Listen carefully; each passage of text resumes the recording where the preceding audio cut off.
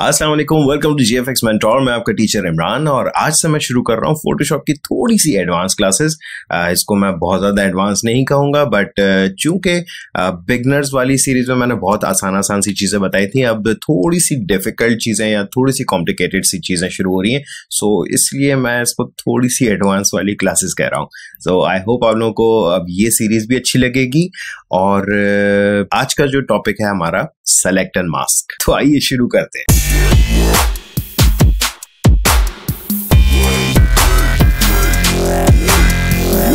Alright, welcome back. सो यहाँ पर अगर आप देखें तो मैंने एक पिक्चर ओपन की हुई है एक मॉडल की, और इसके बाल बड़े ही खतरनाक किस्म के बारीक बारीक से बाल हैं।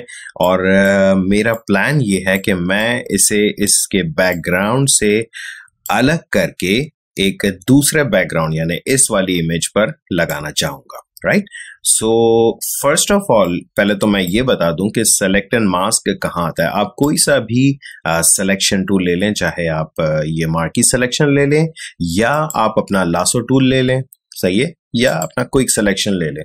इन तमाम को सेलेक्ट करने में ऊपर यहाँ पर अगर आप देखें तो एक बटन आपको दिख रहा है सेलेक्ट एंड मास्क।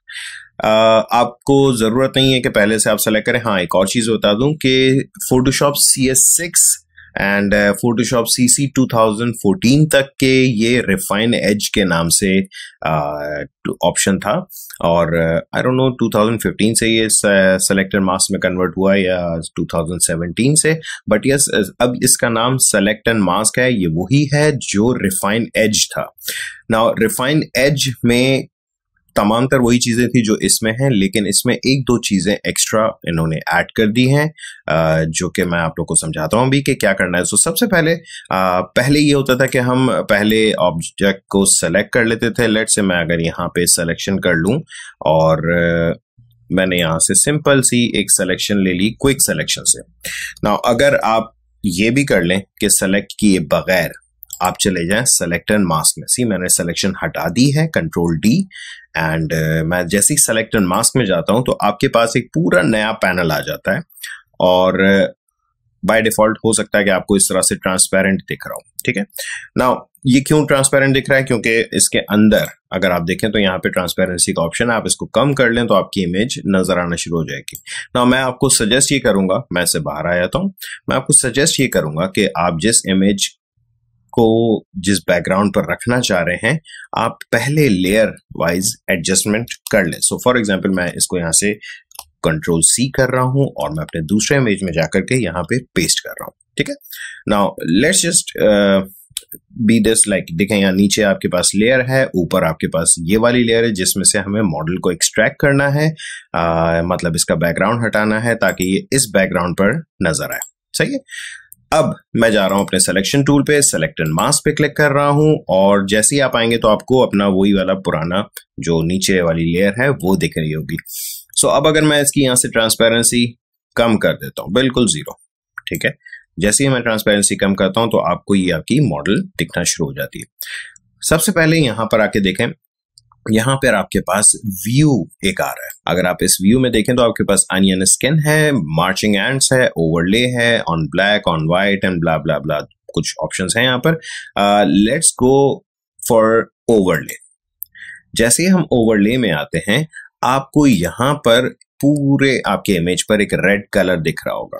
राइट, अब इस रेड कलर का ये ओपेसिटी आपकी रेड कलर की, राइट, इसको आप यहीं पर रहने दीजिएगा। नाउ अगर मैं यहाँ पर टूल्स को देखें आप, तो आपके पास कुछ ऑप्शंस दिए हुए हैं, लाइक जैसे ये आपका क्विक सिलेक्शन टूल है, फिर आपके पास रिफाइन एज है, ब्रश है, लासो है, hand tool and zoom tool. Right, so सबसे पहले मैं क्विक सिलेक्शन ले रहा हूं और मैं यहां से आकर के क्लिक करता जा रहा हूं। ये बिल्कुल वही है जो सिलेक्शन आपके पास क्विक सिलेक्शन की थी। तो आप चाहें तो पहले सेलेक्ट करके क्विक सेलेक्ट एंड मास्क में आ जाएं, या बाद में आप यहां पर आकर के इसकी सिलेक्शन ले लें। अच्छा, क्विक सिलेक्शन का तरीकेकार बिल्कुल वैसे ही, अगर आप ऑल्ट दबा के करेंगे तो सिलेक्शन माइनस होना शुरू हो जाएगी। ठीक, और अगर आप ऑल्ट के बगैर करेंगे तो सिलेक्शन ऐड होगी। अब याद रखिएगा कि जितना रेड है वो अनसेलेक्टेड है, और जितना जिसमें ये मॉडल दिख रही है ये आपका सेलेक्टेड है, राइट नाउ। सो यहां से ये सेलेक्ट करने के बाद आप चले जाएं यहां पर या तो अनियन स्किन पर या ब्लैक एंड व्हाइट पर। सो अगर मैं ब्लैक एंड व्हाइट पे जाता हूं तो आपको व्हाइट कलर से आपको शो हो रहा है कि कितना एरिया सेलेक्टेड है। अभी बहुत रफ सी सिलेक्शन है। अगर मैं यहां पर डिटेक्ट ये एज डिटेक्शन में जाऊं और रेडियस को थोड़ा सा बढ़ाना शुरू करूं, सही है। अच्छा, एक और चीज मैं यहाँ पर बता दूं कि आपके पास यहाँ पर कुछ चेक बॉक्सेस हैं। अगर आपका सिस्टम सपोर्ट करता है तो हाई क्वालिटी प्रीव्यू ऑन रखिएगा, अदरवाइज इसको आप ऑफ कर सकते हैं, ठीक है। मैंने इसको हाई क्वालिटी प्रीव्यू पे रखा हुआ है। समटाइम्स थोड़ा सा हैवी होने लग जाता है ये, राइट। एंड स्मार्ट रेडियस पे चेक लगा दें, राइट। ना हो ये रहा है कि जैसे ही मैं अगर आपको जूम करके दिखाऊं, मैं जैसे ही ये एज डिटेक्शन को आगे बढ़ा रहा हूं, ये कुछ एक्स्ट्रा चीजें और मजीद ढूंढ ढांड के निकाल के लेकर आ रहा है। मतलब हेयर्स जो थे ये खुद निकाल के ला रहा है, ठीक है। और आपको इसी में काफी हद तक अंदाजा हो जाता है कि आपका क्या रिजल्ट आ रहा है ना। अगर मैं यहां पर जाऊं अनियन स्किन पर, तो आपको इस वक्त तो करंटली पूरा लेयर दिखा रहा है, लेकिन अब अगर मैं ट्रांसपेरेंसी बढ़ाता हूं तो देखें क्या हो रहा है कि जो मेरा जो बैकग्राउंड है वो गायब होता जा रहा है और जो सिलेक्शन थी वो यहीं पर आ रही है। So let's go and do it 100%। यहां पर एजेस पर अगर आप देखें तो कुछ एक्स्ट्रा एरिया आ रहा है। यहां से आपने आके टूल लेना है रिफाइन एज, राइट। ये वाला टूल का यहाँ नाम याद रखिएगा, ये है रिफाइन एज ब्रश। और इसको आकर के आपने फेरना है अपने उन एरियाज पे जहां पर आपको लग रहा है कि जी प्रॉब्लम मौजूद है, ठीक है। मैं एग्जैक्टली इस तरह से फेर रहा हूँ, बहुत धीरे धीरे, बहुत ज्यादा स्पीड में मत चलिएगा। ये बस ख्याल रखिएगा कि जितने एरियाज में आपको लगता है कि प्रॉब्लम है उतने एरियाज को ही आपने फेरना है यहाँ पर। सो ये कर रहा है कि जितनी चीजें सिलेक्शन से रह गई थी उनको निकाल करके वापस ला रहा है। आई थिंक इतना काफी है, ऑलराइट। अब अगर आप गौर से देखें तो यहाँ पर एजेस पर कुछ डार्क कलर्स आ रहे हैं ना। क्यों आ रहे हैं मैं आपको पहले बता दूं कि आपका जो ओरिजिनल इमेज था उसके अंदर ही यहाँ पर डार्क कलर्स मौजूद थे, दैट्स व्हाई वो डार्क कलर्स ला रहा है, सही है। सो डोंट वरी, इसको हम बाद में एडजस्ट करते हैं। बस अभी सिर्फ इतने एजेस को देख लें कि जहां जहां पर आपको लग रहा है कि चीजें गायब हुई भी हैं। That's it, that's it, that's it, okay, this is perfect. Now यहां तक करने के बाद अब आप नीचे आ जाएं। सी, आपको इन चीजों की अभी बिल्कुल जरूरत नहीं है, स्मूथनेस फेदर वगैरह की बिल्कुल भी जरूरत नहीं है। नीचे आ जाएं बिल्कुल। आउटपुट सेटिंग्स में डिकंटामिनेट कलर्स है, चेक है, अभी मत लगाइएगा इसको बिल्कुल भी। आउटपुट टू, यहां पर आपके पास बाय डिफॉल्ट सिलेक्शन आ रहा होता है, just select new layer with layer mask, ठीक है। और इसको ओके कर दें। जैसे आप ओके करेंगे, देखें आपके पास क्या आया कि आपके पास जो ओरिजिनल लेयर थी उसके ऊपर एक और डुप्लीकेट आ गई है जिसके अंदर मास्क लगा हुआ है, राइट। नाउ अभी ऑब्वियसली आपको जो ये मसले दिख रहे हैं इसको अभी हम सही करते हैं। इसको हम सही करेंगे इस पर राइट क्लिक करके। नाउ एक और चीज अगर मैं आपको बता दूं कि यहां पर अगर आप शिफ्ट के साथ क्लिक करते हैं अपने मास्क पर तो मास्क डिसेबल हो जाता है। दैट मीन्स कि आपकी पूरी लेयर इस वक्त यहाँ पर मौजूद है, राइट। इस लेयर इस मास्क पर राइट क्लिक करेंगे एंड सेलेक्ट एंड मास्क एक बार और कर लें, ठीक है।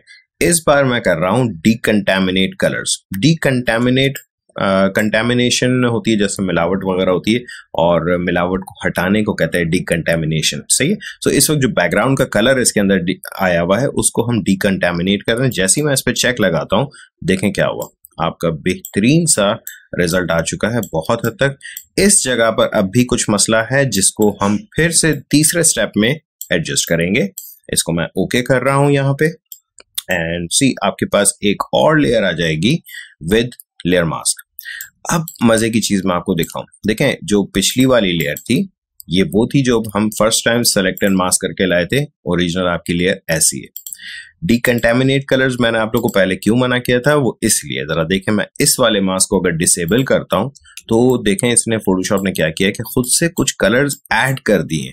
ये वो कलर्स हैं जो कि उसने मैच किए थे बालों से और बाहर कलर फिल किए थे।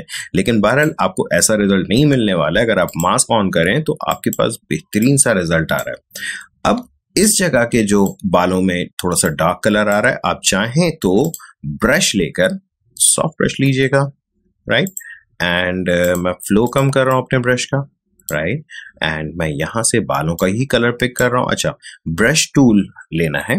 ब्रश टूल लेकर अगर आप ऑल्ट प्रेस करते हैं तो आप अपने कलर्स पिक कर सकते हैं। दूसरी बात एक और ख्याल रखिएगा कि आप मास्क पर ना हो, आप अपनी लेयर पर होंगे और ऑल्ट के साथ आप क्लिक करें, देखें आपके पास कलर ये पिक करना शुरू कर देता है।